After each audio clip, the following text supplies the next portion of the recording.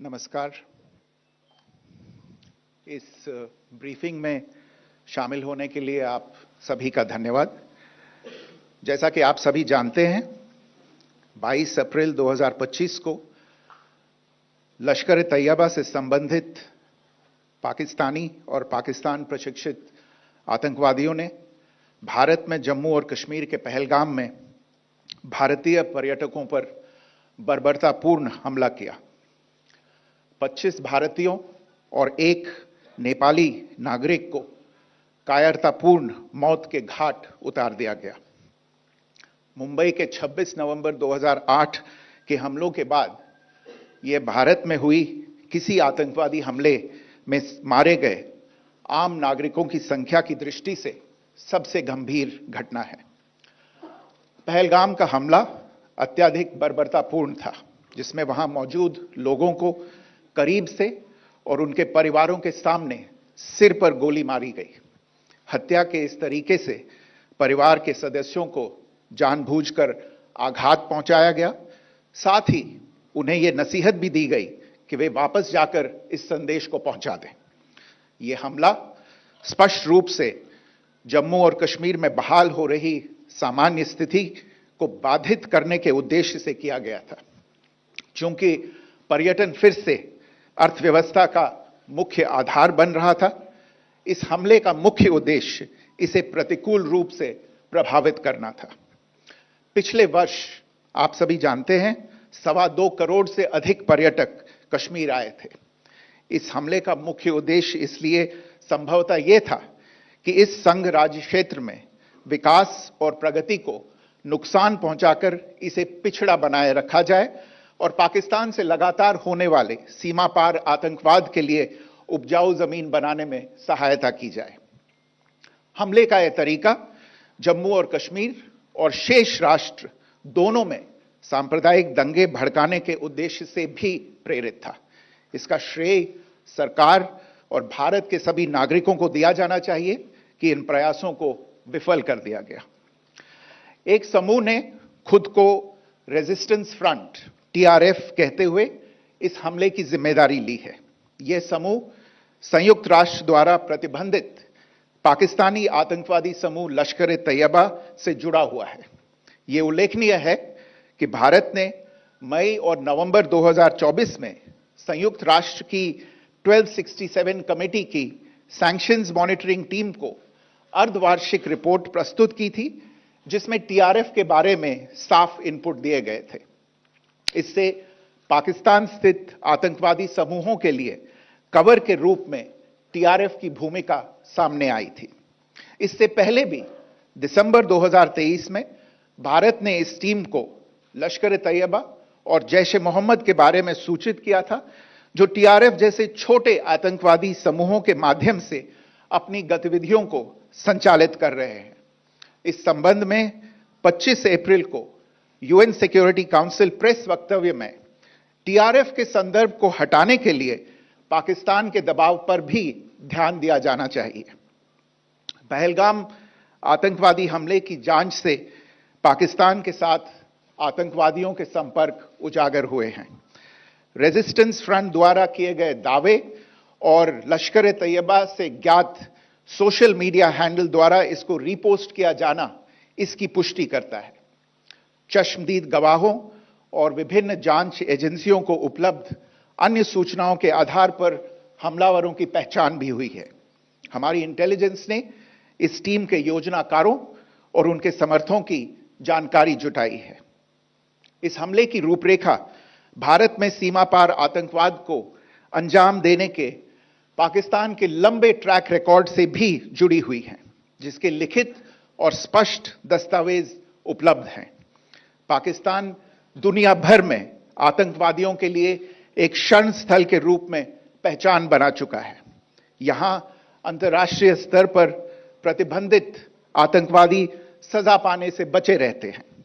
इसके अलावा पाकिस्तान ने इस मुद्दे पर विश्व और फाइनेंशियल एक्शन टास्क फोर्स जैसे अंतर्राष्ट्रीय मंचों को जानबूझकर गुमराह करने के लिए भी जाना जाता है। साजिद मीर का मामला, जिसमें इस आतंकवादी को पाकिस्तान ने मृत घोषित कर दिया था और फिर अंतर्राष्ट्रीय दबाव के परिणाम स्वरूप वो जीवित पाया गया, इसका सबसे स्पष्ट उदाहरण है। यह स्वाभाविक है कि पहलगाम में हुए इस हमले से जम्मू और कश्मीर के साथ साथ भारत के अन्य भागों में भी आक्रोश देखा गया। हमलों के बाद भारत सरकार ने स्वाभाविक रूप से पाकिस्तान के साथ संबंधों को लेकर कुछ कदम उठाए।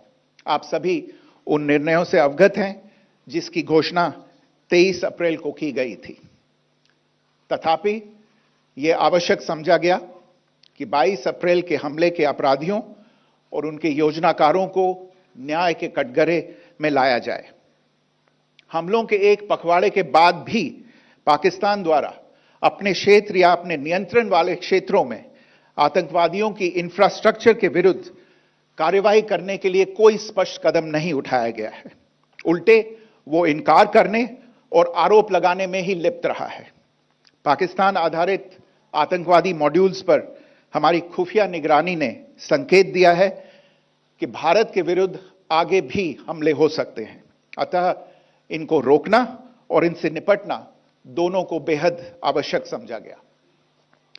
आज सुबह, जैसा कि आपको ज्ञात होगा, भारत ने इस तरह के सीमा पार हमलों का जवाब देने और उन्हें रोकने तथा उनका प्रतिरोध करने के अपने अधिकार का प्रयोग किया है।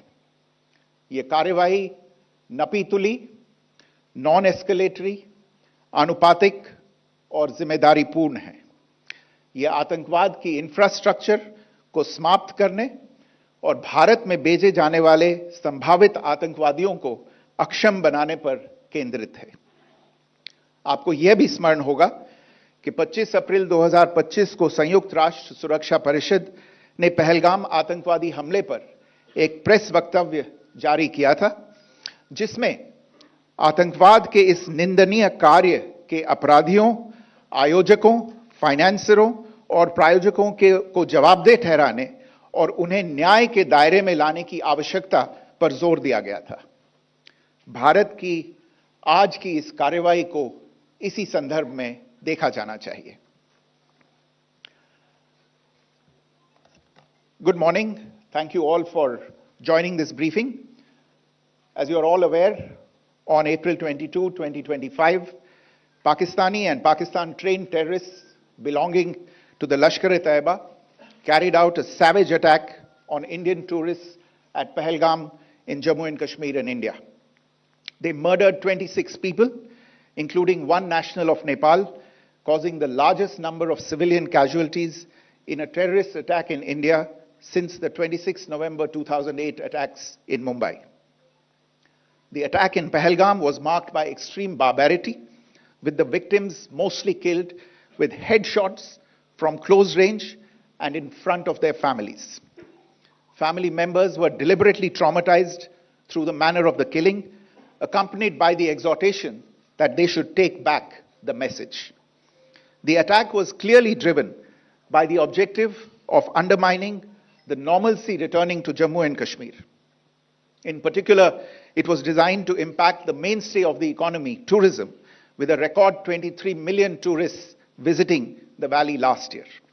The calculation, presumably, was that harming growth and development in the Union territory would help keep it backward and create fertile ground for continued cross-border terrorism from Pakistan.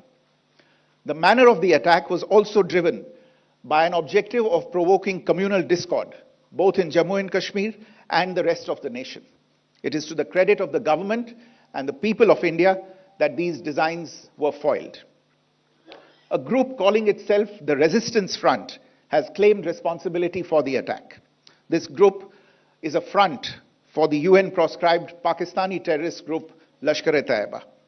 It is notable that India had given inputs about the TRF in the half-yearly report to the monitoring team of the UN's 1267 Sanctions Committee in May and November 2024, bringing out its role as a cover for Pakistan-based terrorist groups. Earlier too, in December 2023, India had informed the monitoring team about Lashkar and Jaish-e-Mohammed operating through small terror groups such as the TRF. Pakistan's pressure to remove references to TRF in the April 25 UN Security Council press statement is notable in this regard. Investigations into the Pahalgam terror attack have brought out the communication notes of terrorists in and to Pakistan. The claims made by the Resistance Front and their reposting by known social media handles of the Lashkar-e-Taiba speak for themselves. Identification of the attackers based on eyewitness accounts as well as other information available to law enforcement agencies has also progressed. Our intelligence has developed an accurate picture of the planners and backers of this team. The features of this attack also tie in with Pakistan's long track record of perpetrating cross-border terrorism in India, which is well documented and beyond question. Pakistan also has a well-deserved reputation as a haven for terrorists from around the world, with internationally proscribed terrorists enjoying impunity there.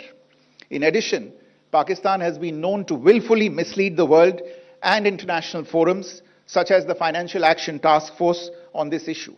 The Sajid Mir case, in which this terrorist was declared dead and then, in response to international pressure, brought back to life, found alive and arrested, is the most glaring example.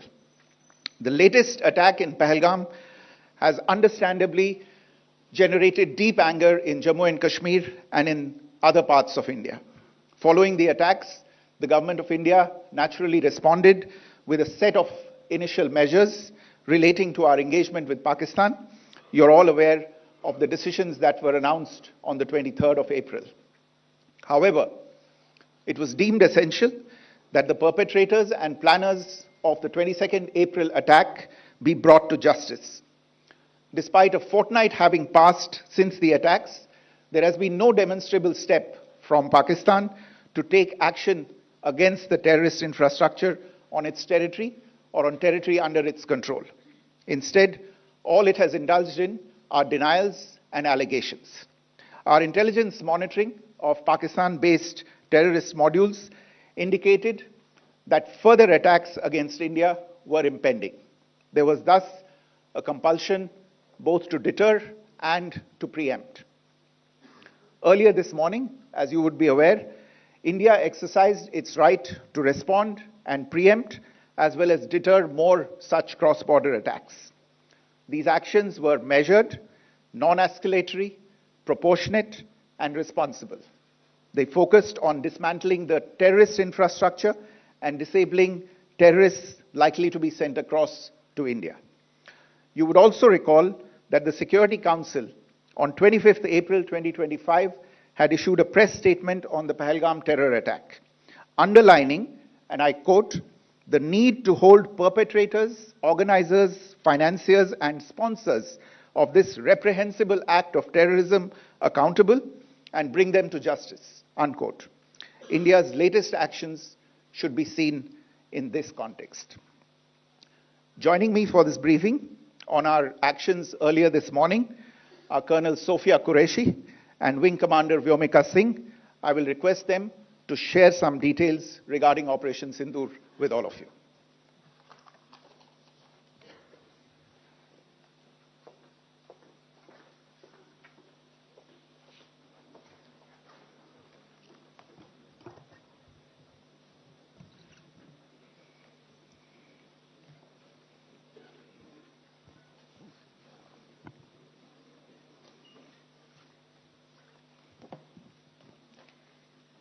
सुप्रभात देवियों और सज्जनों, मैं colonel Sophia Qureshi और मेरे साथ wing commander Vyomika Singh आज आपको 6 से 7 मई 2025 की रात 1:05 से 1:30 बजे के बीच भारतीय सशस्त्र बलों द्वारा अंजाम दिए गए ऑपरेशन सिंदूर के बारे में जानकारी देंगे।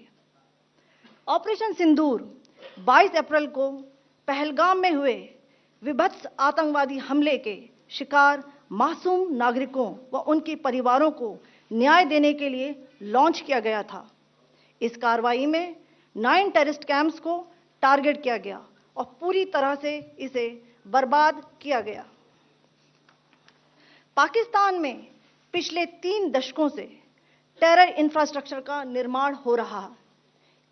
इसमें recruitment, indoctrination centres, training areas व लॉन्च पैड शामिल थे, जो पाकिस्तान और पाक अधिकृत जम्मू कश्मीर POJK दोनों में फैले हैं। Operation Sindoor was launched by Indian Armed Forces to deliver justice to the victims of Pahalgam terror attack and their families.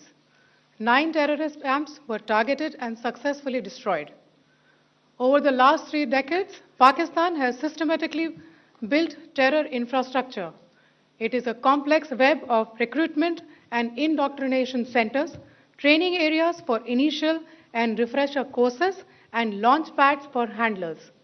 These camps are located both in Pakistan as well as Pakistan-occupied Jammu and Kashmir areas. Some of the well-known training camps are located, as you can see on the screen. They are distributed from Savai Nala in the north, counting to approximately 21, ending at Bhagalpur to the south. इन लक्ष्यों का चयन विश्वसनीय intelligence सूचनाओं के आधार पर हुआ ताकि आतंक गतिविधियों की रीढ़ तोड़ी जा सके, और यह खास ध्यान दिया गया कि निर्दोष नागरिकों और सिविलियन इंस्टॉलेशन को नुकसान न पहुंचे। The selection of these targets for Operation Sindoor was based on credible intelligence inputs and role of these facilities in perpetrating the terror activities. The locations were so selected to avoid damage to civilian infrastructures and loss of any civilian lives. This was done with due diligence, and the camps selected for targeting and their engagement will now be shown to you one by one. POJK के target मैं आपको बताना चाहूंगी। सबसे पहले सवाई नाला camp Muzaffarabad, जो कि POJK के लाइन ऑफ कंट्रोल से 30 किलोमीटर दूर है। यह एक लश्कर तोयबा का ट्रेनिंग सेंटर था। 20 अक्टूबर 2024 सोनमर्ग, 24 अक्टूबर 24 गुलमर्ग, 22 अप्रैल 2025 पहलगाम, इन हमलों के आतंकियों ने यहीं से प्रशिक्षण लिया था। सैयदना बिलाल कैंप मुजफ्फराबाद, यह एक जैश ए मोहम्मद का स्टेजिंग एरिया है। यह हथियार, विस्फोटक और जंगल सर्वाइवल ट्रेनिंग का केंद्र भी था। गुलपुर कैंप कोटली, यह LOC से 30 किलोमीटर दूर था। लश्कर ए तोयबा का बेस था, जो रजौरी, पुंछ में सक्रिय था। 20 अप्रैल 2023 को पुंछ में और 9 जून 2024 को तीर्थ यात्रियों के बस हमले में यहीं से आतंकी को ट्रेन किया गया था।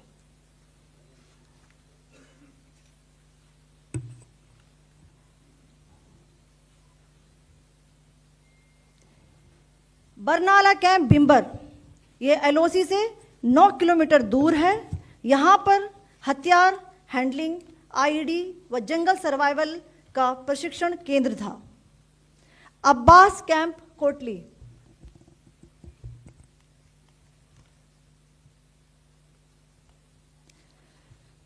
यह LOC से 13 किलोमीटर दूर है।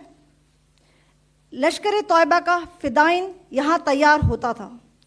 इसकी कैपेसिटी 15 टेररिस्ट को ट्रेन करने की थी।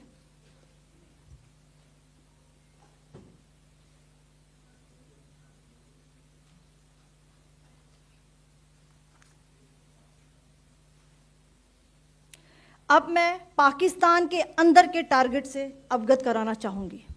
पहला, सर्जिकल कैंप सियालकोट। यह अंतर्राष्ट्रीय सीमा से 6 किलोमीटर की दूरी पर है, सांबा कठुआ के सामने।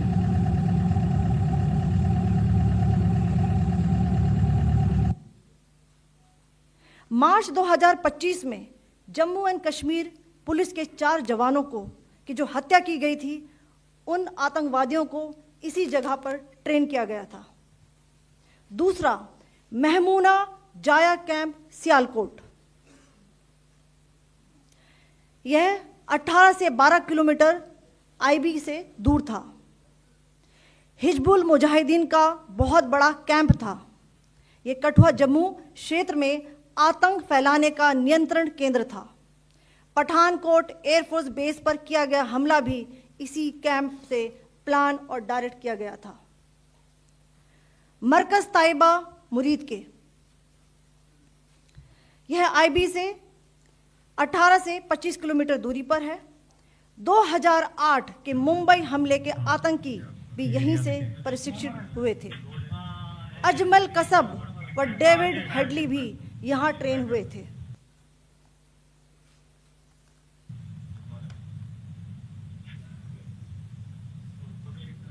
आगे दूसरा है।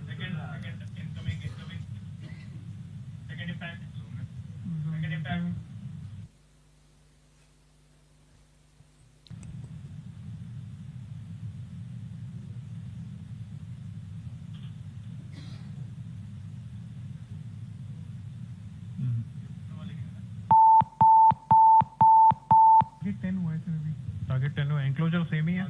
7 it is hit the target. हाँ हाँ।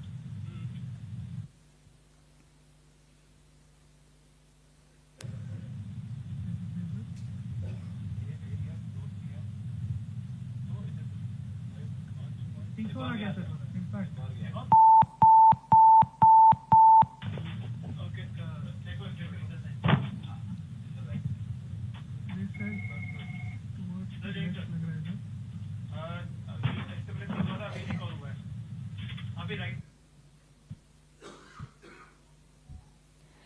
मरकज सुभान अल्लाह भावलपुर, यह इंटरनेशनल बाउंड्री से 100 किलोमीटर दूर है। जैश ए मोहम्मद का मुख्यालय था। यहाँ पर रिक्रूटमेंट, ट्रेनिंग व इंडॉक्ट्रिनेशन का केंद्र भी था। शीर्ष आतंकी अक्सर यहाँ आते थे।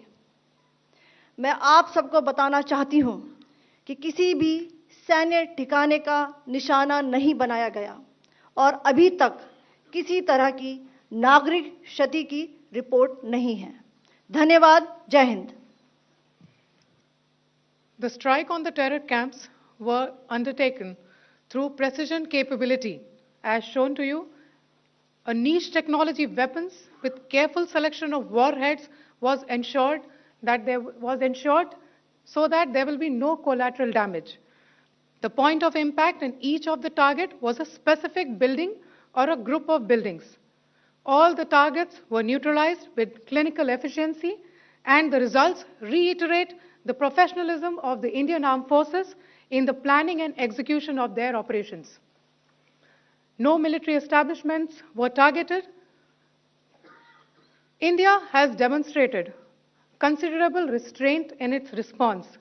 However, it must be said that the Indian Armed Forces are fully prepared to respond to Pakistani misadventures, if any, that will escalate this situation. Jai Hind, and thank you very much. Ladies and gentlemen, friends in the media, I ask your indulgence today in view of the fact that this is still an evolving situation. We will therefore not be able to take questions and answers today, but we will come back for more updates and more briefings shortly. Thank you all very much for joining us this morning. Thank you. Jai Hind.